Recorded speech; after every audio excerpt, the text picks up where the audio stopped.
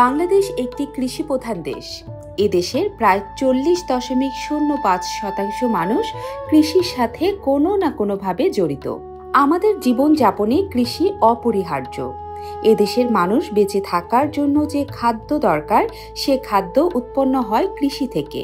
আমাদের দেশে প্রায় প্রতিটি গ্রামে বিভিন্ন ধরনের ফসল, ফল, সবজি চাষাবাদ করা হয়, যা আমাদের জীবনের জন্য খাদ্য হিসেবে গ্রহণ করি। সুপ্রিয় দর্শক, অনেক অনেক প্রীতি ও শুভেচ্ছা জানিয়ে শুরু করছি এটিভি ইউএস এর নিয়মিত কৃষি তথ্যভিত্তিক অনুষ্ঠান কৃষি ও জীবন। আমরা এই অনুষ্ঠানের মাধ্যমে এই এলাকার বিভিন্ন ধরনের কৃষি পণ্য কীভাবে কৃষকরা উৎপন্ন করে এবং সে উৎপাদিত পণ্য কীভাবে বিভিন্ন বাজারে বিক্রি করে এবং কৃষকের জীবনযাপন সম্পর্কে তুলে ধরার চেষ্টা করব। চলুন আমরা আজকে দেখি কিভাবে এই এলাকার কৃষকরা কৃষি পণ্য উৎপন্ন করে। পুঁইশাক এটি একটি লতানো উদ্ভিদ, যার পাতা ও ডাঁটা আমরা শাক হিসেবে খেয়ে থাকি। এটি বহু বর্ষজীবী উদ্ভিদ। পুঁইশাক ভিটামিন এ, সি ও ফাইবার সমৃদ্ধ সবজি। পুঁইশাকে থাকা ভিটামিন এ এবং সি ত্বকের রোগ জীবাণু দূর করে শারীরিক বৃদ্ধিতে সাহায্য করে। চুলের জন্য পুঁইশাক বেশ উপকারী।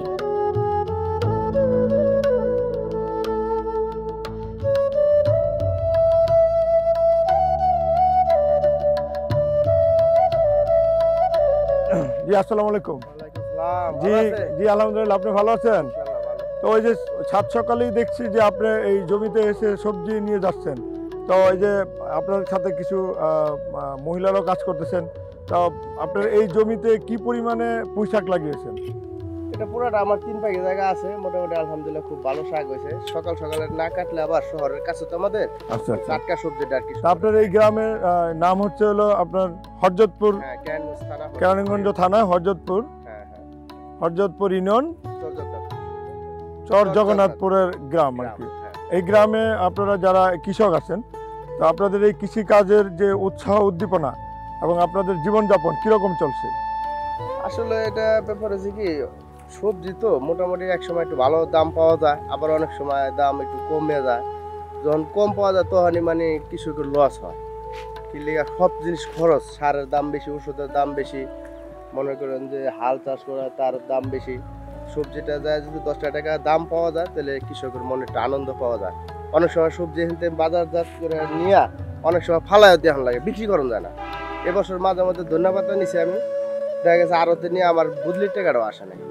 তারপরে একদিন আমার মোহাম্মদপুর জামে পড়ে 2 ঘন্টা 1.5 ঘন্টা জামে পড়ে, ওই দিনকে আমার কমসে কম 10-12 হাজার টাকা লস হয়েছে, আরো 1-1.5 মাস আগে। আপনাদের তো একেবারে শহরের কাছাকাছি কেরানীগঞ্জ এবং হরজতপুর ইউনিয়ন একদম মোটামুটি ঢাকার কাছাকাছি।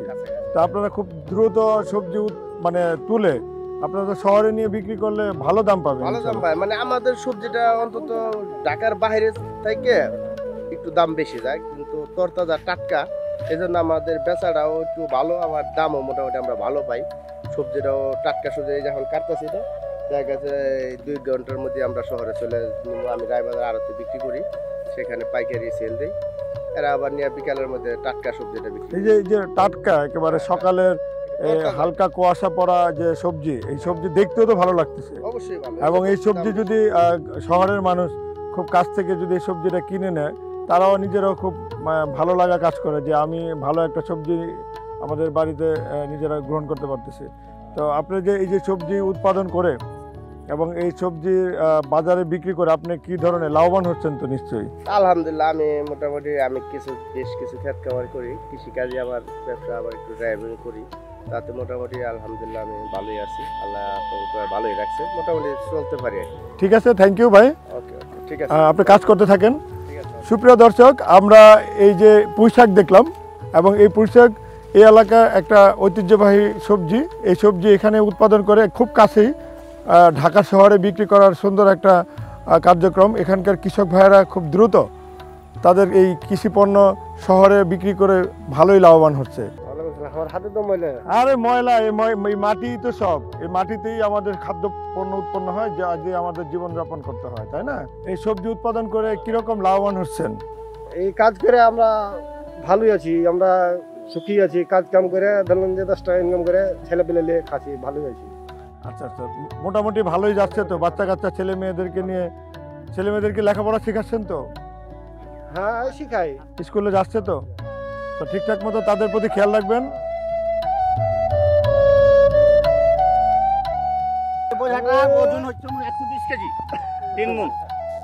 দর্শক, এই মুহূর্তে এই সবজি চলে যাবে ঢাকার প্রাণকেন্দ্রে, মানে ঢাকার শহরে। ঢাকার যারা বাসিন্দা তারা এই সবজি একেবারে টাটকা সবজি গ্রহণ করবে। তাহলে আমরা মনে করি যে কৃষক যদি মাঠে ফসল না ফলায় তাহলে আমরা কি করে শহরবাসীরা এ ধরনের টাটকা সবজি পাবো? তো এখান থেকে আমরা আবার যাব আরও অন্যান্য কৃষি খামারে বা কৃষি ক্ষেতে, যে সমস্ত ক্ষেতে অলরেডি আরও অন্যান্য ফসল উৎপাদন করে। চলুন আমরা সেই ক্ষেতগুলোতে ঘুরে দেখি। শসা একটি সবজি এবং এটি শসা নামেই পরিচিত, যা আমরা সালাদ হিসেবে বেশি গ্রহণ করি। এছাড়া শসাতে প্রচুর পানি থাকে, যা শরীরকে হাইড্রেটেড রাখতে সাহায্য করে। ওজন কমাতেও সহায়ক ভূমিকা রাখে শসা। ত্বকের উজ্জ্বলতা রাখতে বিশেষ ভূমিকা পালন করে।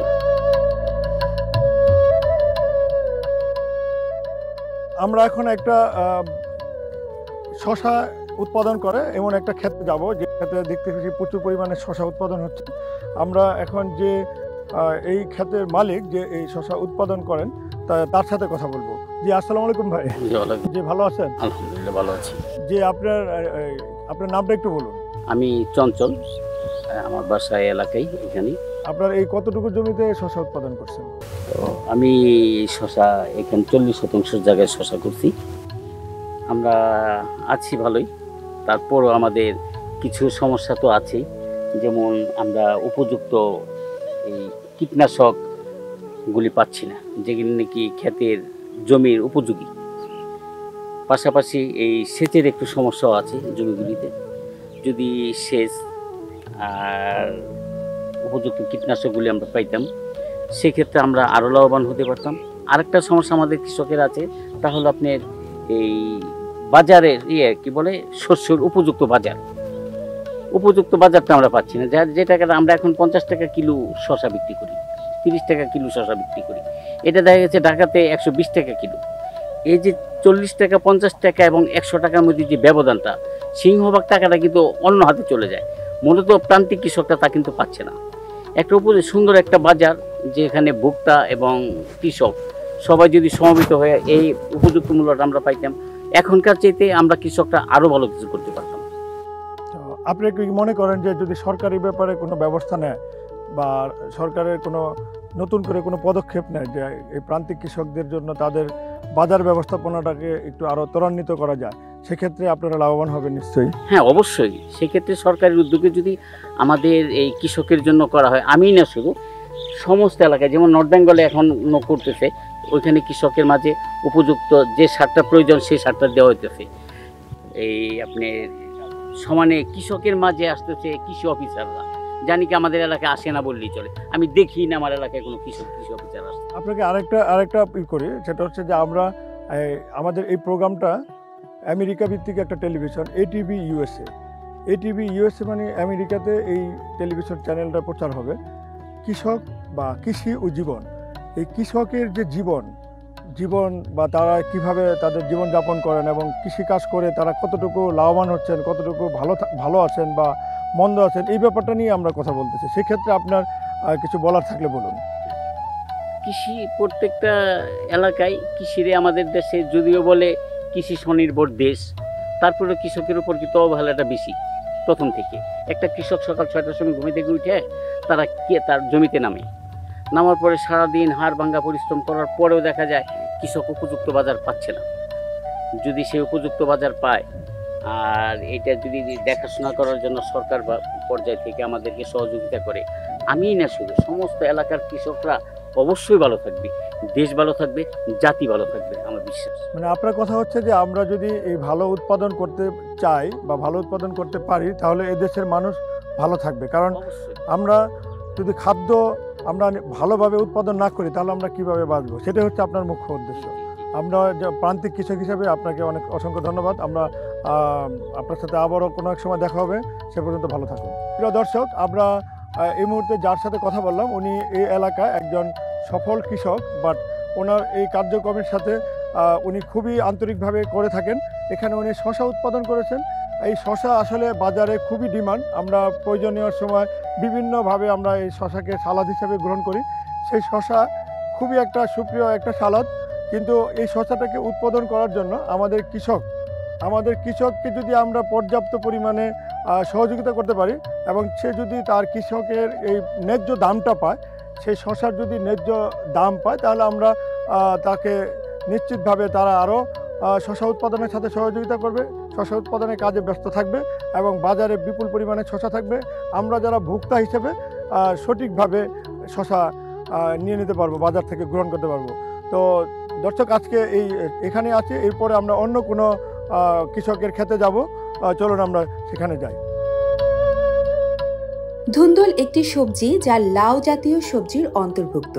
এর বৈজ্ঞানিক নাম লোফা এজিপিটিয়াকা।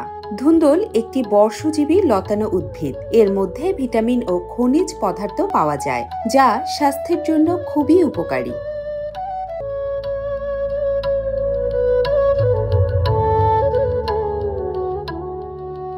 আপনাদের এই জমিতে এই যে আপনি চাষ করছেন, সেটা কিরকম সময় লাগে? এটা কিভাবে, মানে যখন আপনি বীজ বপন করেন তারপরে থেকে একটু মানে আপনি আবার একটু বুঝায় বলেন তো, আপনি কিভাবে বীজ বপন করেন? বীজটা প্রথমে আমরা সার দিই, এই যে আল দেওয়ার মানে মাহিন্দার ডাল দিই। আল দেওয়ার পরে আপনার আমরা হলাম ডিপ করি। ডিপ করার পর আমরা হলাম দানাটা 20 থেকে 24 ঘন্টার মতন ভিজায় রাখি। ভিজায় রাখার পর আমরা দানাটা রোপণ করি। রোপণ করার সাথে সাথে মোটামুটি আপনার সপ্তাহখানির মধ্যে আমাদের দানাটা গাছটা উঠে যায়। উঠে যাওয়ার পরে আমরা মোটামুটি 15-20 দিনের মধ্যে সেচের কাজ শেষ করি। সেচের কাজ শেষ করার সাথে সাথেই আপনার জাংলা ওঠার সাথে সাথে আপনার মাল মোটামুটি গাছ উপরে উঠতে থাকে।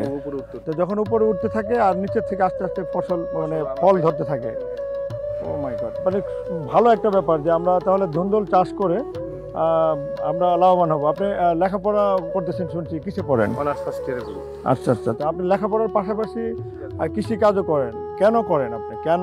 আমার ভালো লাগে, এমনকি বাচ্চা ছাড়া করে আসছে, ওইটার মধ্যে একটা বেশি আকর্ষণ, এর জন্য আমি করি। আচ্ছা, লেখাপড়ার পাশাপাশি এটা করার ক্ষেত্রে কি লেখাপড়ার কোনো ক্ষতি হচ্ছে না তো? আচ্ছা আচ্ছা, তো আপনি সব কিছু মিলে এত সুন্দরভাবে এত বড় একটা জমিতে এই ধরনের ধুন্দুল চাষ করছেন, লেখাপড়া করতেছেন এবং অর্থনৈতিকভাবে এখন থেকেই আপনি একজন ভালো উদ্যোক্তা হচ্ছেন। কারণ আপনার এই উদ্যোগের কারণে অত্র এলাকায় আপনার মতো শিক্ষিত যুবক এবং সারা দেশব্যাপী সবাই মানে তাদের প্রতি আপনার কিছু কথা বলুন তো। যে তাদের প্রতি আমি বলবো যে কৃষি একটা ভালো, মানে বেকার না বসে থাকে মানুষের কাছ থেকে কিছু জায়গা বা নিজের যদি কিছু জায়গা থাকে, ওই জায়গার মধ্যে কিছু কৃষিকাজ উৎপাদন মানে ফসল উৎপাদন করলে দেশের মানুষও ফসলের ঘাটতি পূরণ করতে পারবে। এমনকি সেই ব্যক্তি মোটামুটি আপনি ভালো সচ্ছলভাবে নিজের খরচটা মানে নিজের যে একটা লেখাপড়ার খরচ আছে, পাশাপাশি সংসারেও কিছু অর্থনৈতিকভাবে তাদেরকে সহযোগিতা করা যাবে, বাবা মাকে অর্থনৈতিকভাবে সহযোগিতা করা যাবে, নিজেও চলা যাবে। মানে একেবারে ভালো একটা কম্বিনেশন। তাই আমরা চাইবো যে যেখানেই যে অবস্থায় থাকি, আমরা যারা কৃষি পরিবারে জন্মগ্রহণ করেছি, অবশ্যই আমরা কৃষি কাজ করব এবং বিভিন্ন ধরনের ফসল উৎপাদন করব এবং সেই ফসল সুন্দরভাবে পরিচর্যা করে উৎপাদন করে আমরা বাজারজাত করব এবং বাজারজাত করে আমরা অর্থনৈতিকভাবে স্বাবলম্বী হব। জি, ধন্যবাদ, ভালো থাকবেন, আবার দেখা হবে ইনশাল্লাহ। দর্শক, আমরা এমন একটা গ্রামে আসছি যে গ্রামের একজন শিক্ষিত কৃষককে পেয়েছি, যে লেখাপড়ার পাশাপাশি এত বড় একটা জমিতে সে ধুন্দুল চাষ করেছেন এবং এই ধুন্দুল আমাদের এই কাছাকাছি বাজারেই বিক্রি করেন এবং সে বাজারে বিক্রি করেছে, ভালো লাভবান হয়েছেন। এবং কাছাকাছি সে আরেকটা জিনিস সে পেয়েছে তার কাছ থেকে, সেটা হচ্ছে যে সে এই একটা জমিতে ধুন্দুল শেষ হওয়ার পরে বা একটা ফসল শেষ হওয়ার পরে আবার আরেকটা ফসল সে লাগানো শুরু করে এবং এই ফসল যে তার জন্য লেখাপড়ার পাশাপাশি যে উৎপন্ন করে, এই এলাকার কিছু তার মানে কিছু কৃষকদেরকে নিয়ে তা এই কাজগুলো করে এবং সে নিজেও লাভবান হচ্ছে, তার সংসারে একটা অর্থনৈতিকভাবে উন্নয়ন হচ্ছে এবং সে তার ভবিষ্যৎ জীবন গড়ার জন্য আরও উন্নত লেখাপড়া করে এই দেশের মানুষের সাথে স্বয়ংক্রিয়ভাবে কাজ করবে এবং দেশ উন্নয়নের কাজ করবে। আমরা আবার অন্য একটা গ্রামে যাব এবং ওই গ্রামে দেখব ওই গ্রামের কৃষকরা কিভাবে তাদের কৃষিপণ্য উৎপন্ন করে। চলুন যাই।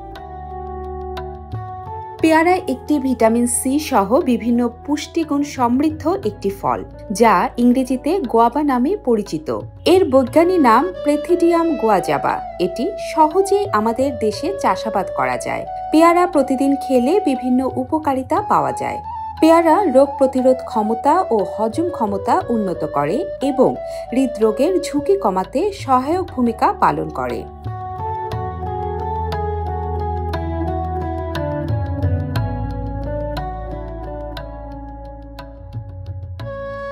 জি, আসসালামু আলাইকুম ভাইজান। ওয়ালাইকুম আসসালাম। আপনার নামটা একটু বলুন। আমার নাম মোহাম্মদ হাবিবুর রহমান টিটু। আচ্ছা, আপনি এই যে অন্যান্য ফসল না উৎপাদন করে আপনি পেয়ারা কেন চাষ করলেন? পেয়ারা বাগান করার উদ্দেশ্য হলো অন্যান্য আমার বাংলাদেশ যেহেতু কৃষি প্রধান দেশ, আর অন্যান্য ফসল ফলাইতে যে পরিমাণ কস্টিংটা হয় পেয়ারা বাগানে সেই কস্টিংটা কম হয়, তুলনামূলক অনেক কম হয়। আর সারা বছর পরিচর্যা তেমন একটা লাগে না, 2-3 বার যদি সেচ ব্যবস্থা করা হয় এবং আগাছা পরিষ্কার করে সার টার দেওয়া হয় তাহলে চলে যায়। আর অন্যান্য ফসল জাংলা বা অন্যান্য ফসল করতে গেলে প্রতিদিনই মূলত আপনার জমিতে পড়ে থাকা লাগে। আর এই ফসল করার পাশাপাশি অন্যান্য ফসলটা করা সম্ভব, যেহেতু আমার সারা বছর 2-3 বার এই করা লাগে, পরিশ্রম দেওয়া লাগে। অন্যান্যটা যেমন সারা বছরই দেওয়া লাগে, এই 2-3 বার অন্যান্য কাজের ফাঁকে কিন্তু এটা করা সম্ভব। আর পেয়ারা বাগানটা করছে মূলত এই কারণে, আমরা যেহেতু পেয়ারা খাই আর পেয়ারার চাহিদাটাও মনে করেন যে সারা বাংলাদেশ ব্যাপী সবাই পেয়ারা পছন্দ করে। আর দামের দিকে যদি বলেন তাহলে দেখা গেছে অন্যান্য ফসল ফলাইতে যে কস্টিংটা হয় এর পেয়ারা একটু কম হয়। আমরা যদি পেয়ারা 50 টাকা কিলো বিক্রি করি আমাদের খরচ হয় মনে করেন 20 টাকা বা 25 টাকা। অন্যান্য ফসল ফলাইতে দেখা গেছে যে আপনার এই খরচটাই 40 টাকা 45 টাকা 50 টাকা যারা বিক্রি হয় 40-45 টাকা খরচ পড়ে যায়, যে কারণে মূলত আমার পেয়ারা বাগান করা। আচ্ছা, কি পরিমাণ জমির উপরে আপনি এই পেয়ারা বাগানটা করেছেন? 3 বিঘার মতো। 3 বিঘা, মাশাআল্লাহ। 3 বিঘা জমিতে আপনি শুধু পেয়ারা চাষ করছেন, অন্য কিছু লাগাতে পারতেন, কিন্তু আপনি পেয়ারা চাষ করে আপনি নিজে লাভবান হবেন বলে আপনি সেটা করেছেন। তো ধন্যবাদ আপনাকে, ভালো থাকেন। দর্শক, আমরা একজন সফল পেয়ারা চাষির গল্প শুনলাম। সে অন্যান্য ফসলের পাশাপাশি সে একটি পেয়ারা বাগান করেছেন এবং পেয়ারা বাগানে সে যথেষ্ট পরিমাণে গত বছর পেয়ারা উৎপাদন করে বিক্রি করেছেন। এবছরও মাশাআল্লাহ অনেক পেয়ারা হয়েছে। আমরা তার গল্প শুনে অভিভূত হলাম যে আসলে অন্যান্য ফসলের চেয়ে পেয়ারা উৎপাদনও এক ধরনের লাভজনক পণ্য হিসেবে গণ্য করা যায়।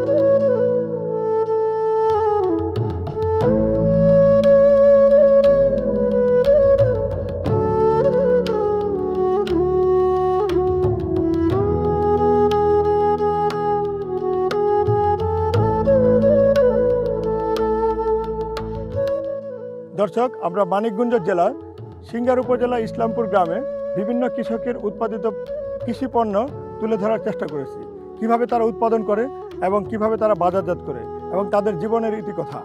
তো আজ আর নয়, আবার দেখা হবে অন্য কোনো গ্রামে অন্য কোনো কৃষকের মাঝে। সে পর্যন্ত ভালো থাকুন, সুস্থ থাকুন, নিরাপদ থাকুন। ধন্যবাদ।